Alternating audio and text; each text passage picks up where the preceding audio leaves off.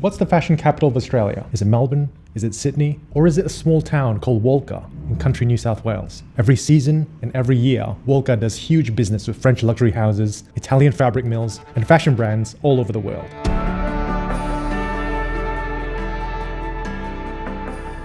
And Walcha is also home to this man, Henry King, trained engineer and third-generation farmer. And by a combination of attention to detail and technology, his farm produces some of the best wool on planet Earth. Ultra-fine, long-staple merino wool. This is 12 months of growth. It is a diary, month to month, of a sheep's life over the past year. Henry King needs a long, strong, durable fiber. This gives him maximum value in the luxury market. If he has one bad month at any stage, the wool fiber breaks. So for Henry to be happy, he needs happy sheep. And they need to be consistently happy. He has to create an ideal environment with low stress and abundant food. This is a very specialized practice. Even things like herding take a lot more patience than usual. He has to be careful not to make sudden movements or create any loud sounds. Everything he does requires slow, meticulous craft. And at his level, that's what separates premium wool from regular wool. Henry is part of a new generation of farmer. He uses scientific testing of the wool and uses digital tags to isolate the best sheep for breeding the next generation. So we're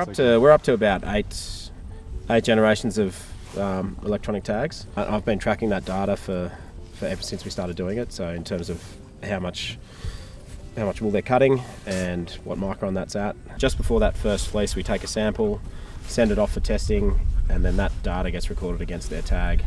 And then we use that tag along with their weight of that fleece at their first shearing. We use that to class the animals. All this technology has changed things. How did it used to happen? How did your father do it? Yeah, so he, I don't even know if he is over the line even with the use of technology as a class, particularly as a classing tool. So essentially they would fill them up in a race like that guy down there, and they'd walk up the race and look at each sheep. Like eyeballing it?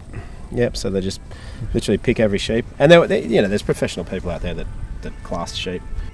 But I think that, as I said, from an engineering background, that data-driven decision makes more sense to me. I'm beginning to understand that clothes are much more than just me and my studio. The more I leave my studio and travel around the world to meet the artists who sew our clothes, who make our fabric, and the people and the animals who work hard to produce the fiber,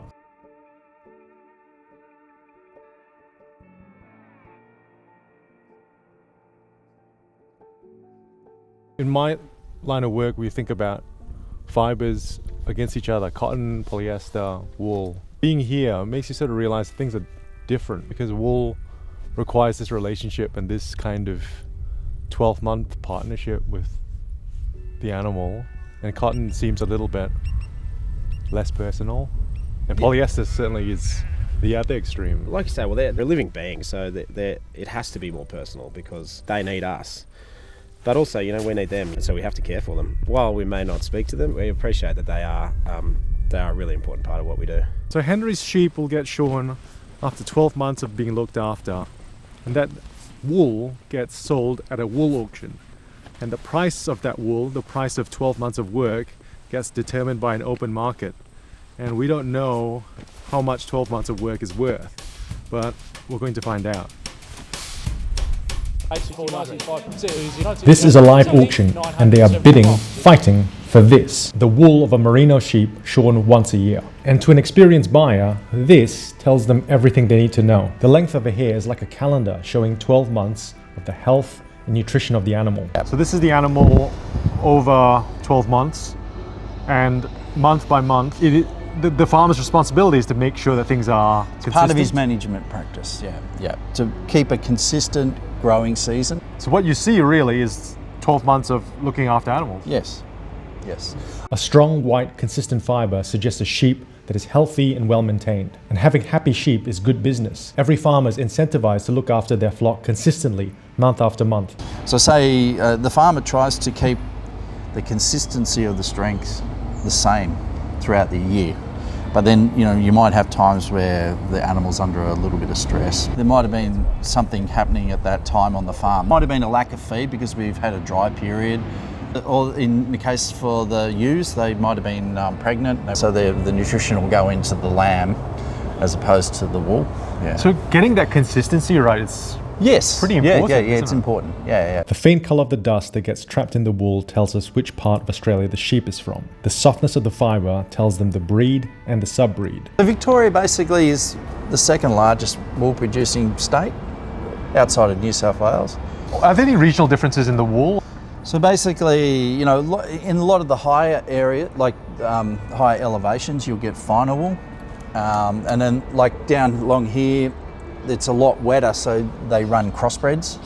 So they're more hardier, that they handle the wet. Whereas, and then, you've got sheep that up in northwestern New South Wales, like you couldn't put some of the fine wool sheep out there because it'd be too hard for them. They'd be robust enough to get around to get their feed. Then there are the intangibles, the secret knowledge that takes decades to refine and pass on. As a professional, what's on the sheet and what's in the hand feel? How are you piecing these things together when you're trying to buy? It's just experience. Yes. So there's certain tested criteria is there, and that's taken as a given. And then you start to make your assessments about crimp definition and about cream, colour, cot, the type of vegetable matter. So depending what area the wool's come from, there might be particular grasses that grow or burrs that are in the wool that make it either more difficult to process or easier to process. And wool is one of the most technologically advanced fibres known to man, and that gives it versatility. Soft air pockets within the fibre help it with thermoregulation. The crimp in the hair helps it with elasticity, and that gives clothes their shape. With the right imagination, it can be anything to anyone. Fine varieties will go to Italy to make fine wool suits. Shorter staples will go to Europe or to China to make fluffy sweaters. Shorter, coloured, coarser wool will make excellent insulation in bedding or in coats. Every week, the market decides what 12 months of a farmer's work and care is worth. In seconds, the hammer drops, the room exhales, and the wool moves on to its second life. The same sheep are already growing the next season's story, millimetre by millimetre. And 12 months from now, another bale will land on this table, another buyer will lean in, and the cycle will reward what patience, weather, and care have produced. So as a designer, you're always, it's such solitary work, right? You're all in your own head about balancing silhouette, colour, drape, and trying to finesse a design. And you think you're so alone in this process. But as the more I travel and I meet these various people, like even the farmer today, Henry, he has to think about all of those different things, the health of the animal, nutrition, the pregnancy, and shepherding that through a 12-month process. How's that different from 12 months of me designing something from sketch to a finished product? I really understood him in a big way.